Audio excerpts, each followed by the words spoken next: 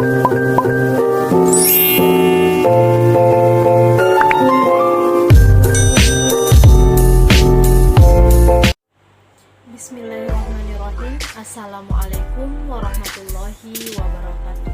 Perkenalkan, nama saya Andi Yustirawati, NPM 2019-02-069, kelas Ekonomi Pembangunan 6B, Universitas Muhammadiyah Manado.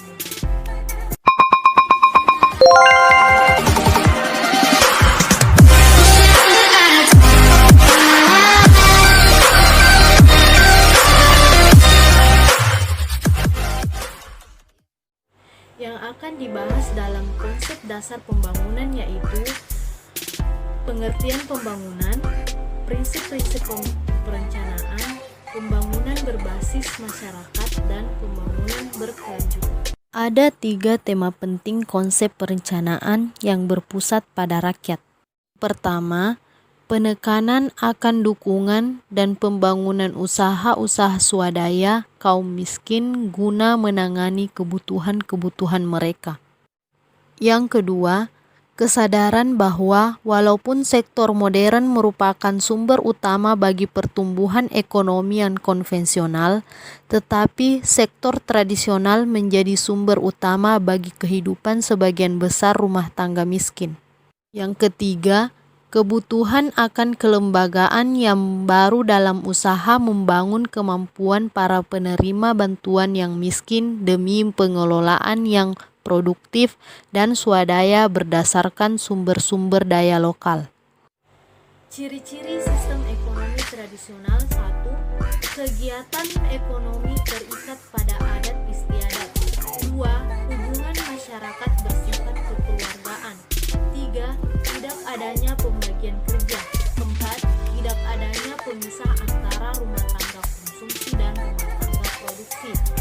5. Bergantung pada sumber daya alam. 6. Peralatan dan teknologi produksi bersifat sederhana. 7. Teknologi produksi dipelajari secara turun-temurun dan bersifat sederhana. Pembangunan berbasis masyarakat. Penyusunan model dan diseminasi pemberdayaan masyarakat. Apa arti dari pemberdayaan? Arti dari pemberdayaan itu sendiri yaitu memberikan daya atau kekuatan atau kemampuan. Pemberdayaan masyarakat adalah upaya untuk membangun daya masyarakat dengan mendorong, memotivasi, dan membangkitkan kesadaran akan potensi yang dimilikinya serta berupaya untuk mengembangkan dan memandirikannya. Konsep pemberdayaan: 1. Meningkatkan kemampuan. 2. Proses yang berjalan terus-menerus. 3. Kesadaran berpartisipasi. 4. Yaitu kemandirian. Tujuan pemberdayaan secara umum yaitu memampukan dan memandirikan masyarakat terutama dari kemiskinan, keterbelakangan, kesenjangan, dan ketidakberdayaan.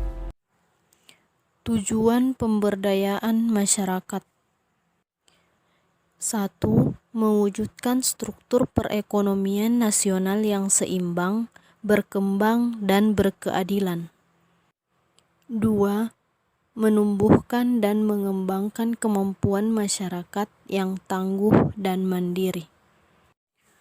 3. Meningkatkan peran usaha masyarakat dalam pembangunan daerah, penciptaan lapangan kerja, pemerataan pendapatan, pertumbuhan dan ekonomi, dan pengentasan rakyat dari kemiskinan. Pendekatan pembangunan secara umum: 1. Terarah dengan cara tunjuk langsung kepada yang memerlukan dengan program yang dirancang untuk mengatasi masalahnya dan sesuai kebutuhannya. 2. Partisipasi dilaksanakan oleh masyarakat yang menjadi sasaran, meningkatkan keberdayaan masyarakat untuk merancang, melaksanakan, mengelola, mempertanggungjawabkan. 3. Pendekatan kelompok dengan cara masyarakat sulit memecahkan masalah-masalah yang dihadapinya jika secara sendiri-sendiri. Lingkup bantuan terlalu luas kalau penanganannya secara individu. Strategi pemberdayaan masyarakat. 1. Pengetahuan dan pengertian tentang apa yang akan dikerjakan dan bagaimana melaksanakannya. 2. Pengetahuan dan pengertian tentang sikap dan kemungkinan tanggapan terhadap upaya pemberdayaan masyarakat, termasuk kecenderungan atau kemauan untuk melaksanakan rancangan yang dikehendaki. 3. Kemampuan sasaran atau khalayak untuk melaksanakan cita-cita yang dikembangkan tersebut setelah dapat diterima. Tahapan pemberdayaan. 1. Perluasan jangkauan. 2. Pembinaan. 3. Pelembagaan dan pembudayaan. Diseminasi pemberdayaan masyarakat. Pengertian dari diseminasi itu sendiri adalah suatu kegiatan penyebaran informasi yang ditujukan kepada kelompok target atau individu agar mereka memperoleh informasi, timbul kesadaran, menerima, mengubah perilaku sasaran, dan akhirnya mereka mampu memanfaatkan informasi tersebut. Kelompok target pemberdayaan yaitu memperoleh informasi, timbul kesadaran, penerimaan perubahan inovasi, mengubah perilaku, melakukan dan memanfaatkan informasi. Perspektif dan model pengembangan masyarakat secara umum terbagi atas dua perspektif, yaitu 1. Profesional atau tradisional, teknikal dan netral. 2. Radikal atau transformasional, yang dimana profesional terdiri atas dua model, yaitu mengembangkan masyarakat lokal dengan tujuan meningkatkan inisiatif dan kemandirian masyarakat, dan model kedua yaitu perencanaan sosial dengan tujuan memperbaiki pelayanan sosial dan kerangka relasi sosial yang ada.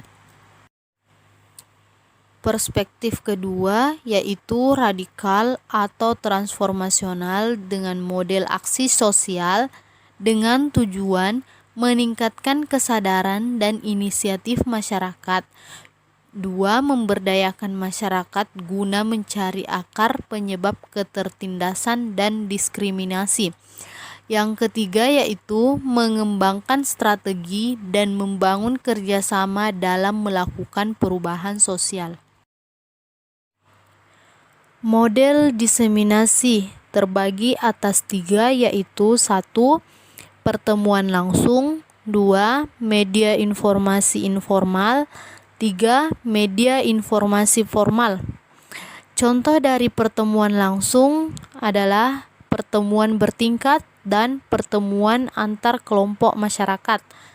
Contoh dari media informasi informal yaitu tokoh masyarakat, dan contoh dari media informasi formal yaitu media cetak dan elektronik atau papan informasi. Sekian pembahasan materi dari saya. Semoga bisa bermanfaat bagi teman-teman yang menonton. Wassalamualaikum warahmatullahi wabarakatuh.